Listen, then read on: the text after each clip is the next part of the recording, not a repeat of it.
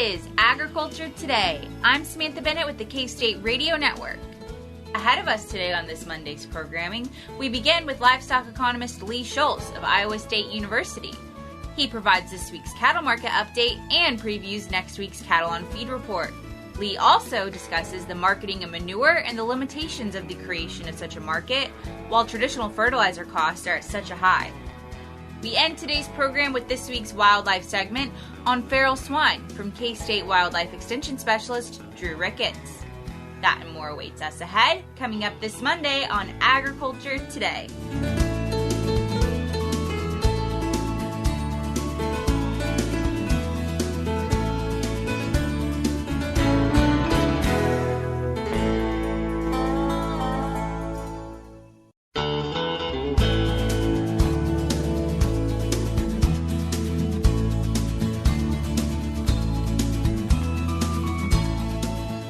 This is Agriculture Today. We are back now for our cattle market update. And to do that, we have with us this week Lee Schulz. He is a livestock economist from Iowa State University. So Lee, let's start like we usually do with a review of what the past week has really held. So let's start with those futures.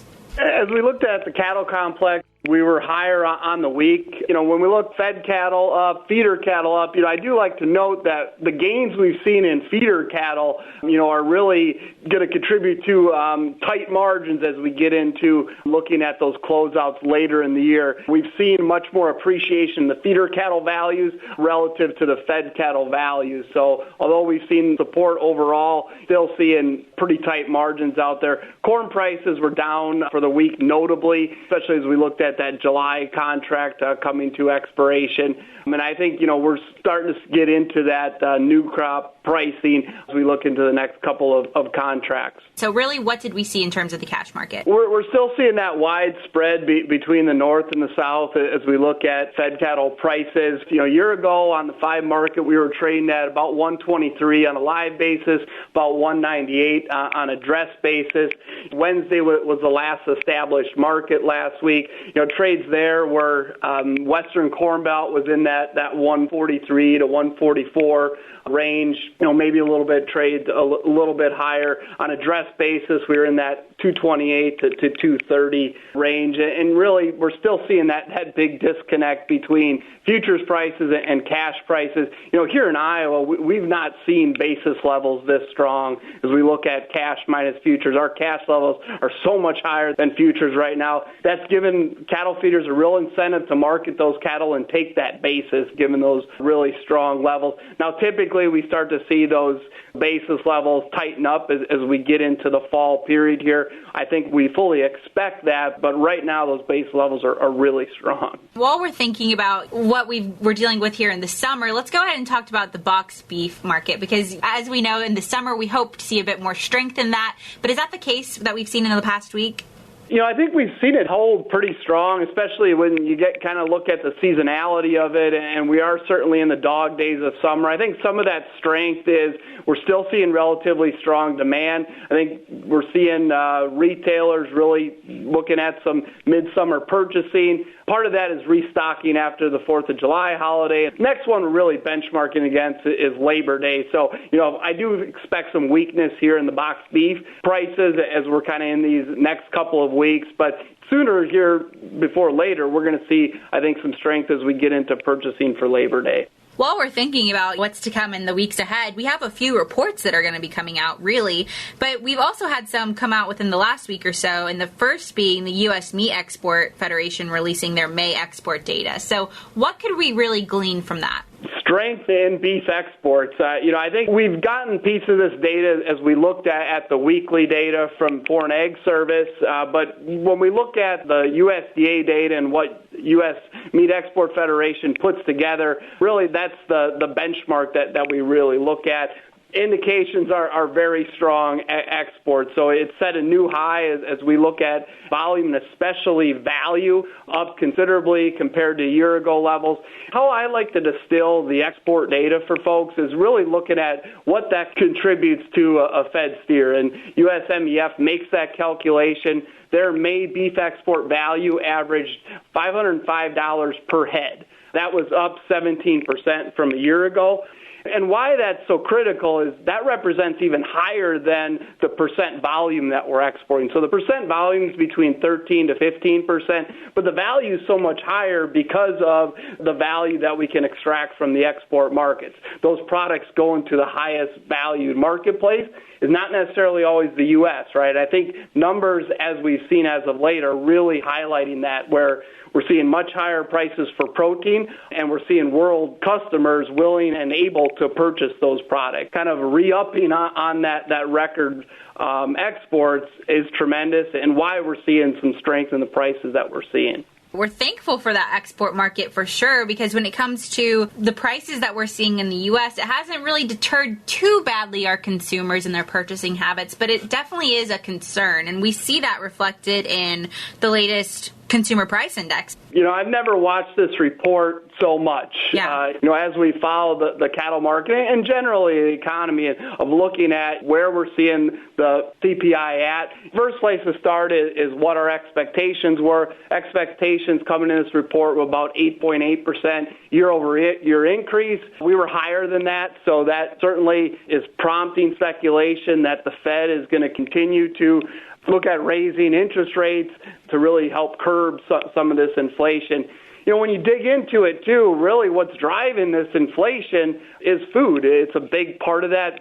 Beyond looking at energy, I think energy is, that's the big one, driving up 42% compared to a year ago. But when we look at the general food index, that was up 10.4%. Meats was a little bit lower than that at 8.2%, but poultry was up about 17%. One thing that did come out of this latest CPI data is I think we're starting to see a trade down in some of those proteins. So you look at steaks versus ground beef, for example. Ground beef was over 10% higher year over year, whereas steaks were only up about 0.9%. You're also seeing quite a bit of inflation when we look at poultry, especially when you compare that to beef. So I think you're starting to see those higher prices and really the impact on incomes having an effect on what consumers are willing and able to pay for groceries in general.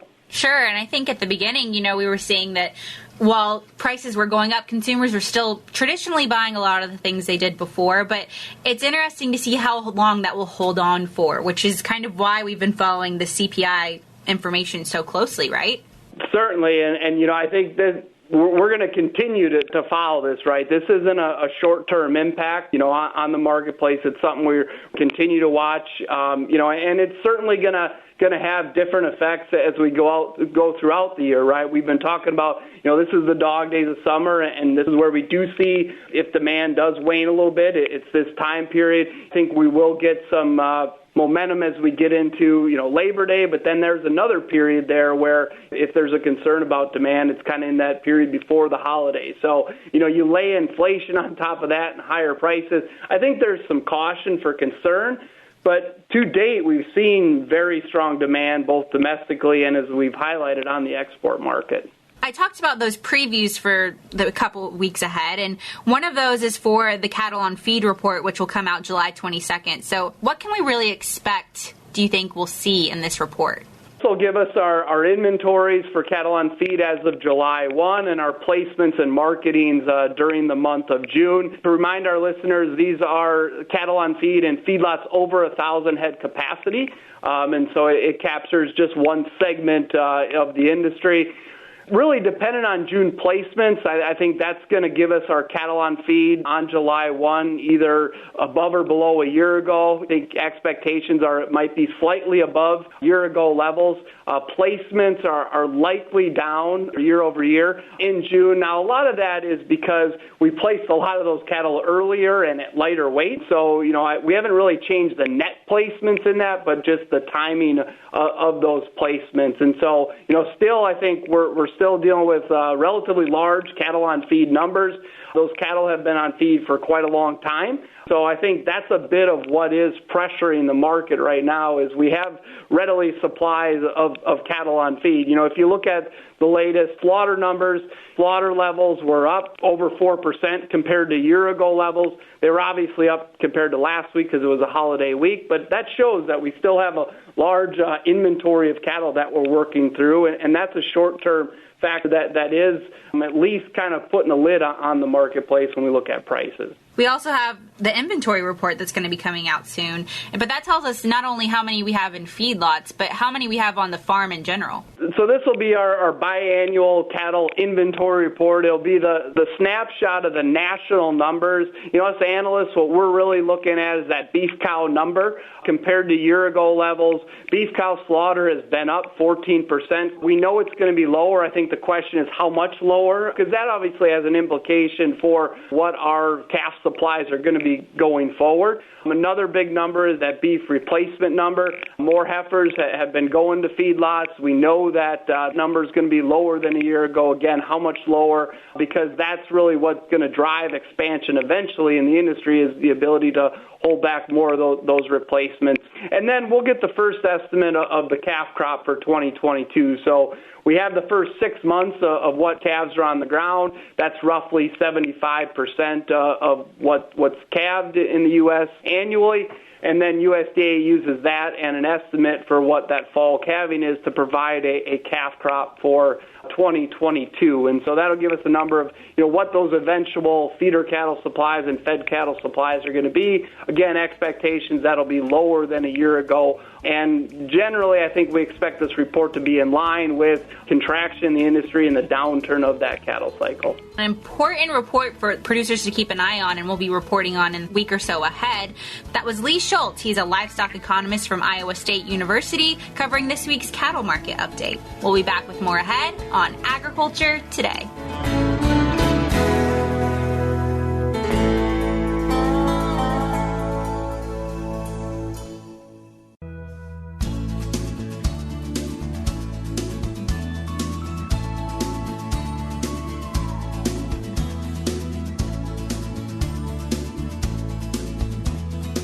This is Agriculture Today. We are back now once again after this break, like we mentioned, with Lee Schulz. He is a livestock economist from Iowa State University. And now, Lee, we're actually going to be talking about, instead of our cattle market update, we're going to be covering some alternatives to fertilizers as we enter into the fall. I know fertilizer costs are astronomically high right now, and one of those alternatives that we know very well about is manure, but there's some limitations to what we can do with it. This was a market that I didn't think I would be covering, but certainly, when you look at it from a crop producer standpoint, it's certainly some ability to look at reducing the cost of that commercial fertilizer bill. And from a livestock producer and a cattle feedlot, in this case, it's potential for revenue generating. And for farmer feeders, it really complements each other very well, the ability to utilize that manure on their crop ground. But as you highlighted, there is some challenges. So, we've done some work looking at what is the ability to develop a market for manure, and how large could that market be? Absolutely. So, starting off with, we've seen, like we mentioned, commercial fertilizer prices are nearly double what they were last year alone. And when we think about the implications of that on the farm, and when we're taking into account the costs associated with that, if producers are looking for an alternative, is this one that they consider if it's not something they already have readily available? Well, you're right on point. When we look at the cost of commercial fertilizer, we're up roughly double when we compare what March pricing would have been for April application. So far, those prices haven't changed into the summer. I think that gives us an indication that there's little or no price relief in sight as we get into fall. So that's the question of really asking what are some alternative options for manure as we look at pricing this fall and application for next year's crop. When we look at, feedlots in particular, we've done a survey here actually back in 2014, and we asked feedlots, are they utilizing their own manure? And by and large, they were on all of their own acres. So there wasn't a huge opportunity to market that manure off the farm because they were utilizing that manure already. And we do an estimate here at Iowa State in our estimated livestock returns that looks at the credit or value of that manure. And actually, that can make a difference between between profit and loss when you look at cattle feeding. If you look back at May 2022 closeouts, without the value of that manure, we were looking at below break-even prices. But because of that manure, and that's driven by the high value of that commercial fertilizer, that actually turned a profit for some of those feedlots. So it shows you that that's really becoming a co-product for the live weight of animals, is also the value that manure has either on my operation or on other likely very close neighboring operations. Absolutely. And you mentioned this, but the availability is limited. So if a feedlot's already utilizing their own manure, they're not going to be obviously selling it to other sources. So if there's farmers or producers that are out there that are growing crops, but they don't themselves have livestock, what are their options really? So the availability is really twofold. It's one, it's very costly to transport manure, right? And because a lot of it's water, right? And so to transport liquid, especially with where fuel prices are right now, that limits the availability. And so when you look here in Iowa, where a lot of that corn production is pretty widespread throughout the state, but where our livestock populations are far northwest Iowa, northeast Iowa, and then a pocket in southeast Iowa. So maybe, the production of that manure is not available to all those acres when you take into consideration transportation. And then also, when you look at manure, it is quite variable in nutrient content. A lot of that's how that manure is being collected and even applicated. And so I think that impacts somewhat the availability when we look at that manure. So you've mentioned quite a few of the issues when it comes to producers getting access to manure if they don't already have access to it from their own livestock. But moving forward, are there some ways to help mitigate these challenges to help it be more accessible? Yeah, so I think certainly manure testing and really being able to dial that manure in, I think makes it more applicable to operations. And certainly it would help with the reluctancy of some crop farms being able or willing to use manure on their operation. And I think also it's really getting into a matchmaker. And when we think about developing a market for something, really that takes a team, right? And so, I think it is working with crop farmers, working with livestock farmers or crop consultants, fertilizer dealers.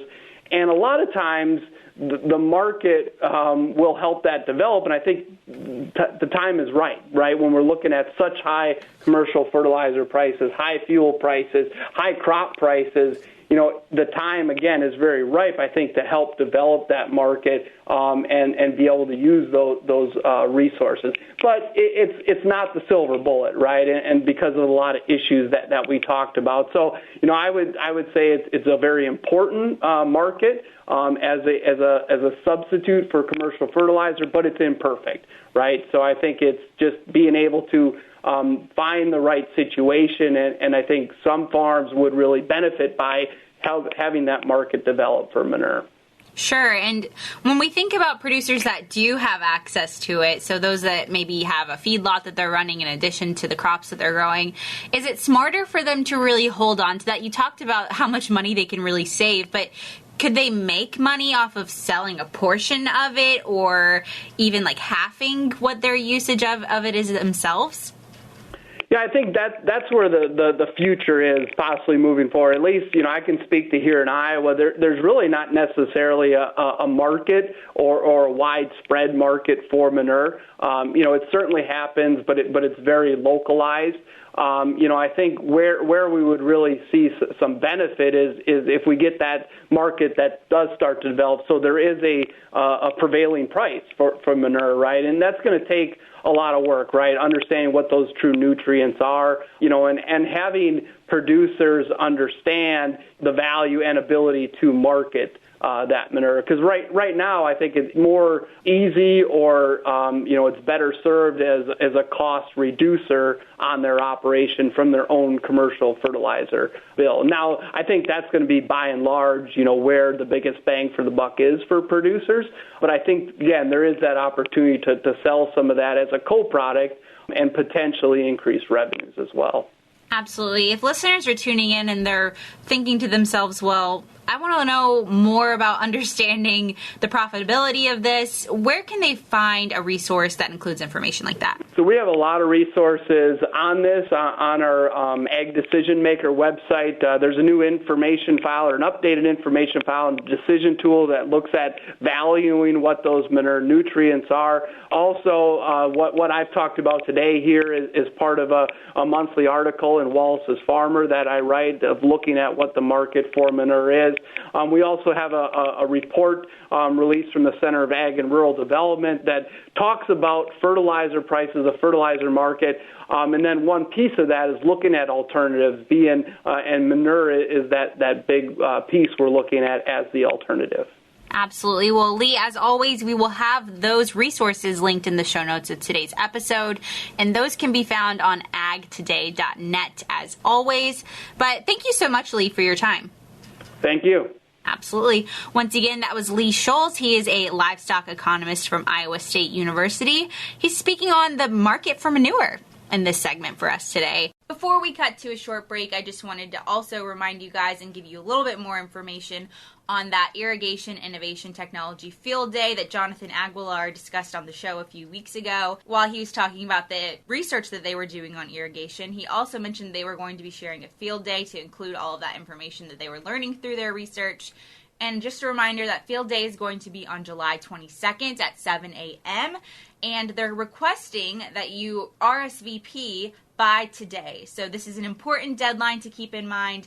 Once again, they're asking that you RSVP by today. And you can RSVP by emailing Jeff Davidson. His email is jdavidso@ksu.edu.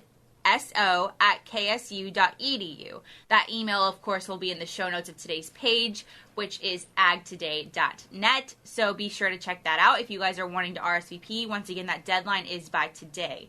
Just a little bit in terms of what they're going to be including at that field day. You are going to get that free cinnamon roll that Jonathan was really excited about, as well as an overview of the Rattlesnake Creek Watershed project they are working on. They're also going to be doing a session on irrigating more efficiently, soil management for water conservation, and they'll have that producer panel that Jonathan was so excited about when he spoke to us a week ago. So once again, if this is something that you are interested in, please be sure to RSVP by today. The deadline is today, and you need to contact Jeff Davidson. With all of that being said, we will be back with more ahead after the short break on Agriculture Today.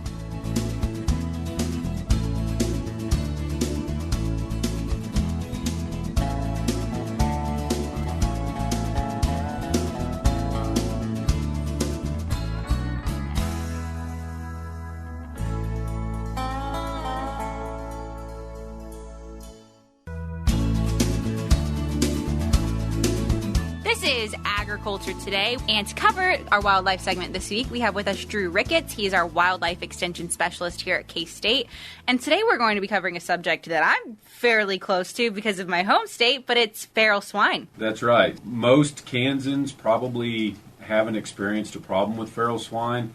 They are currently in an endemic population in Bourbon and Lynn counties down in southeast Kansas, and they come up from Oklahoma into that southern tier of counties from sort of Wichita east right now, and we do have to deal with them there. Luckily, you've mentioned that Kansas is a state that does a fairly good job of controlling the population, except for in that one little area. Yeah, that's right. Landowner cooperation has been very important to this, and also Kansas's model for hog control is different from a lot of states. Most states with hogs allow hunting. In Kansas, you cannot hunt feral swine legally. So all of control is done by USDA Wildlife Services professionals who hog control is their specialty. When we're thinking about these populations, you mentioned that we don't really hunt them here in Kansas at all. So how do you go about managing populations like this if you can't hunt? Yeah, and that's very counterintuitive to most folks. When we think about controlling wildlife populations, hunting or some sort of lethal control is typically part of that. And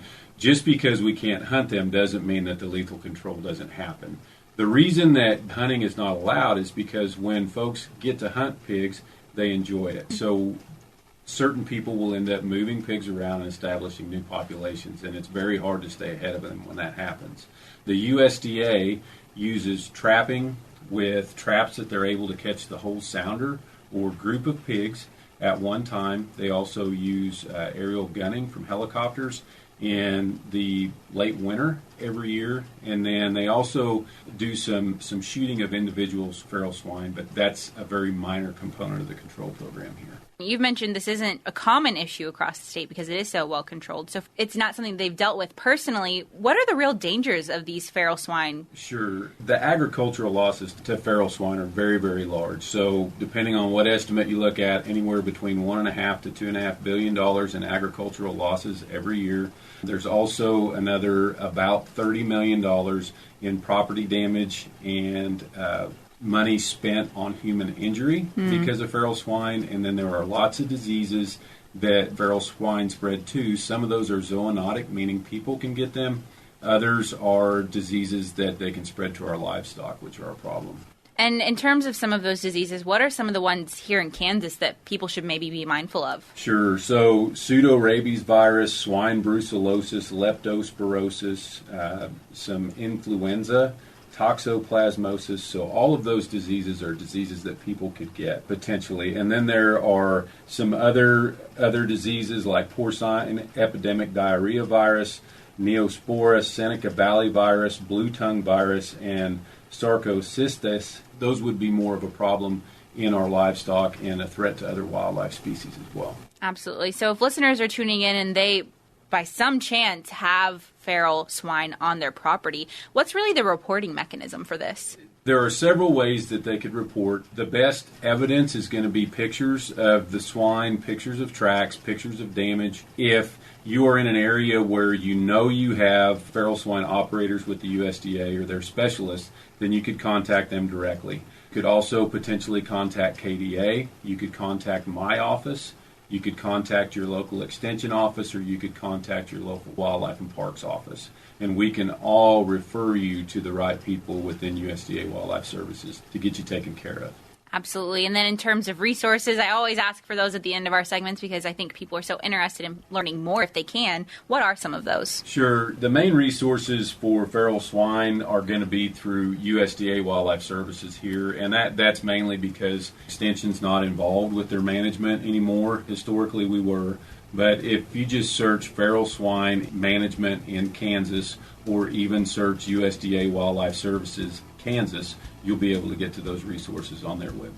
Excellent. Well, as always, Drew, we thank you so much for your time.